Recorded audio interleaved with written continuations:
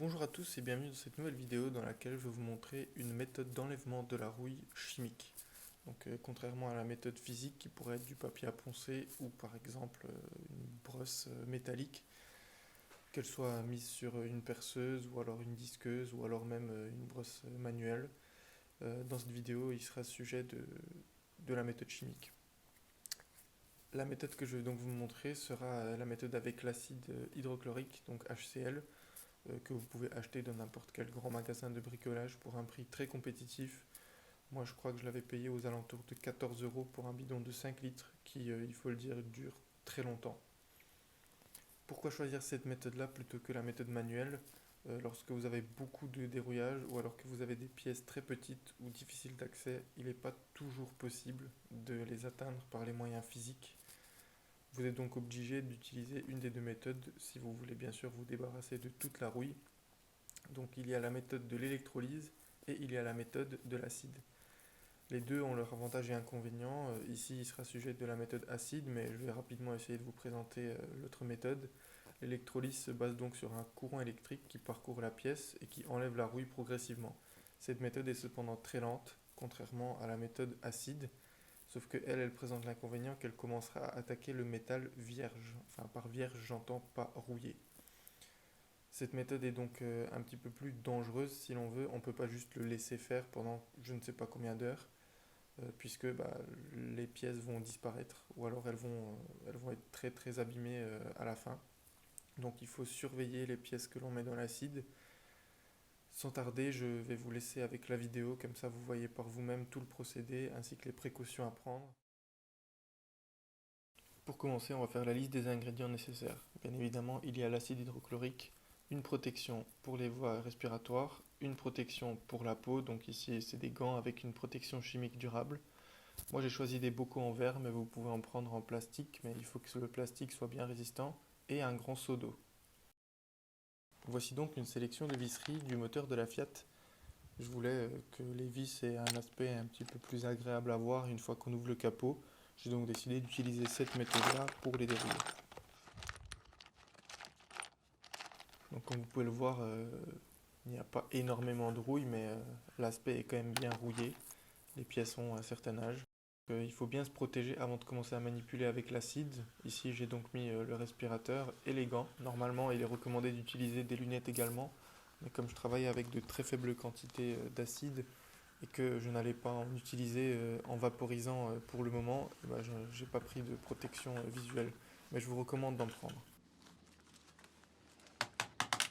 On commence donc par ouvrir le bocal d'acide et on le mélange à l'eau. On met toujours l'eau en premier, puisque lorsqu'il y a des éclaboussures ou des petites projections, il n'y a pas des projections d'acide, mais plutôt des projections d'eau. Il faut toujours que l'acide soit en proportion plus petite lorsque l'on le verse dans un autre liquide.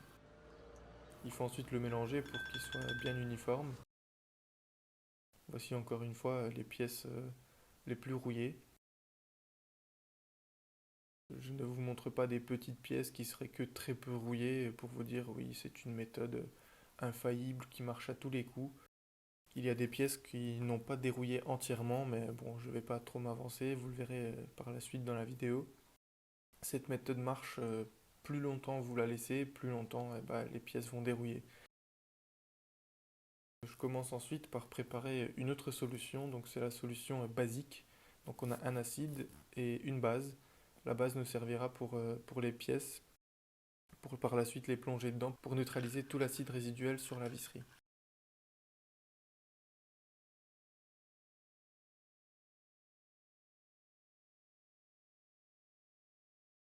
Moi j'ai décidé d'agiter un petit peu les pièces dans l'acide pour qu'ils puissent travailler sur toute la surface un peu uniformément et pas qu'il y en ait qui vers le bas soit un peu caché. Je transvase ensuite l'acide dans un récipient en plastique et puis je verse la visserie dans la solution basique. Vous pouvez voir que la réaction est en train de se neutraliser grâce aux bulles présentes dans la solution.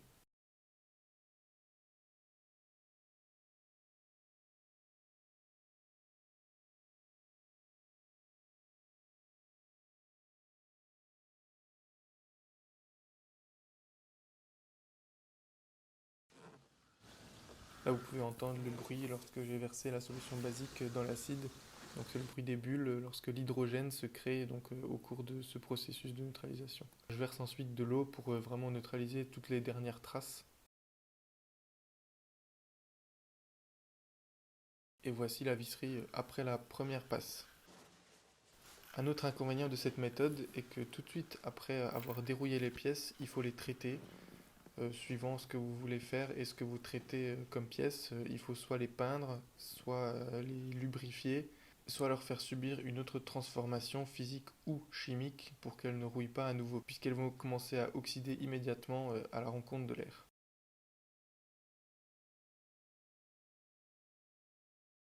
Je relance donc deuxième dose d'acide pour les pièces qui étaient encore rouillées. Voici donc l'acide en action. On le voit grâce aux bulles présentes sur les pièces. Et comme ça marchait pas très bien, j'ai décidé de faire une troisième passe, et cette fois-ci avec de l'acide pur, voir s'il allait y avoir une grande différence.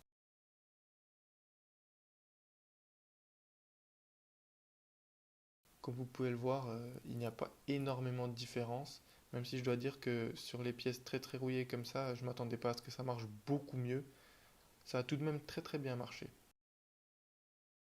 J'agite encore une fois pour une meilleure rencontre entre l'acide et la rouille. Ensuite, je verse le tout dans la solution neutralisante. Et puis voici les résultats.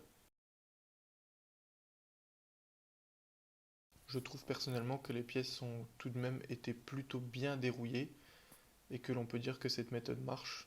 Comme vous l'avez vu, je les ai laissées seulement quelques minutes, donc si on les laissait une petite demi-heure, je pense que la rouille serait partie à 90%.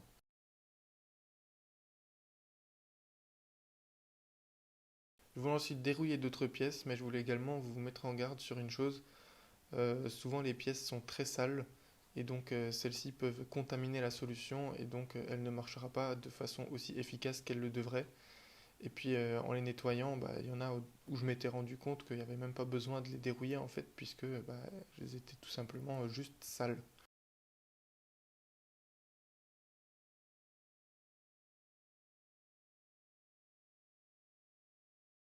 Vu que la méthode avait marché sur les petites vis, je me suis dit, bon, j'ai toute une voiture complètement rouillée, pourquoi ne pas l'essayer sur le véhicule, ou plutôt sur une partie du véhicule, donc ici le capot.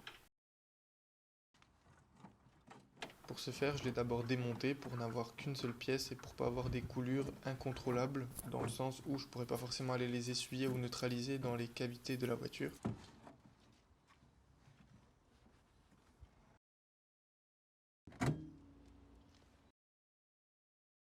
Je procède ensuite à l'enlèvement de rouille physique, également au résidu de peinture resté sur l'élément, donc sur le capot, puisque je voulais vraiment le repeindre par la suite. Comme je vous ai dit, il faut traiter les pièces, et puis je voulais utiliser le minimum possible de solutions pour ne pas en gaspiller.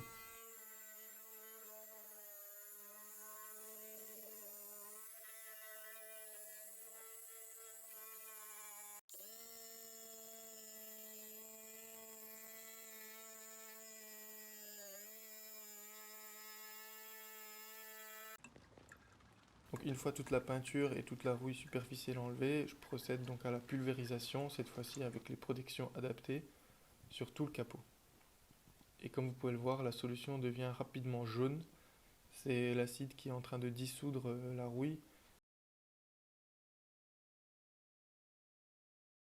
Donc pour aider l'acide dans la dissolution et l'enlèvement de cette rouille, j'utilise un abrasif que je fais parcourir donc tout le capot pour enlever un maximum de rouille en un minimum de temps. Et comme vous pouvez le voir au sol, c'est donc la rouille dissoute dans l'acide qui est en train de couler.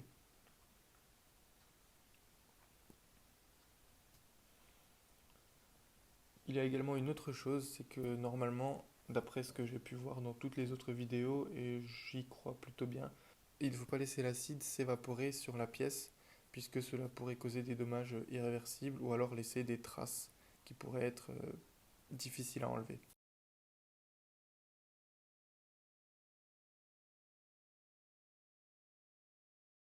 Je prépare ensuite ma solution basique, que je mélange bien jusqu'à dissolution.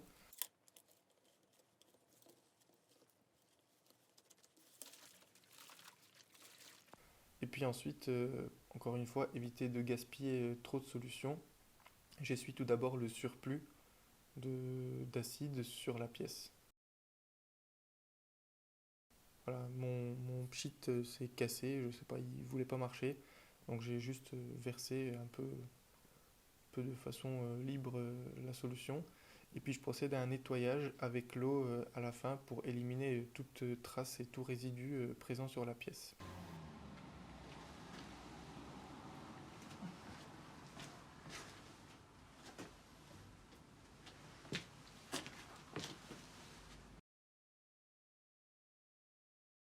J'appose une bâche pour ensuite procéder à la peinture de la pièce. Voilà, je pose donc tout d'abord le capot par terre et je procède encore une fois à un nettoyage grâce au nettoyant frein, donc pour enlever toute trace de graisse, de résidus éventuels d'acide, d'eau, puis pour avoir une pièce propre et prête à être peinte. Je commence ensuite par peindre les côtés, donc les endroits les moins accessibles. Et comme vous pouvez le voir, je n'ai pas enlevé toute la peinture puisque ici le but n'était pas de tout enlever, mais tout simplement de faire un peu cache-misère. La peinture ne partait pas très bien à plat, donc j'ai posé la pièce dans une autre position pour avoir un meilleur accès et puis surtout pour avoir une meilleure atomisation de la peinture à la sortie.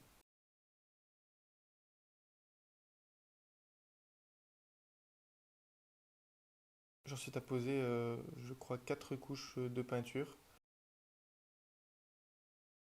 Et la quatrième couche était très épaisse, donc j'ai eu une ou deux petites coulures, mais voilà, c'était la dernière couche.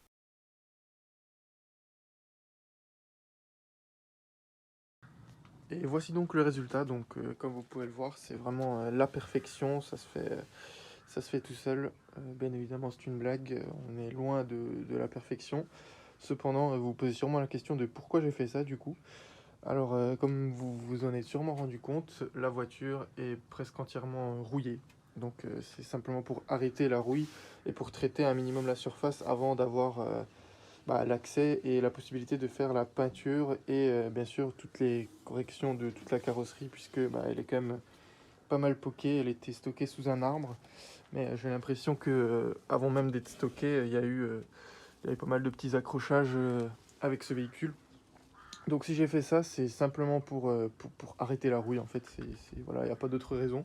C'était juste pour lui donner un aspect un peu plus agréable à l'œil, puisque c'est vrai que la première chose qui tape à l'œil, c'est la couleur orange de la rouille qui est présente partout sur le véhicule.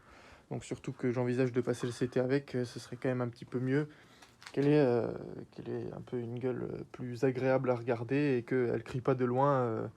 Regardez-moi. La prochaine vidéo sera donc une vidéo bien plus longue pour vous remercier pour les 500 abonnés qu'on a atteints sur la chaîne, ainsi que de tout le soutien que vous m'apportez depuis le début. Donc voilà, ça sera tout pour cette vidéo. Je vous remercie de l'avoir regardé jusqu'à la fin.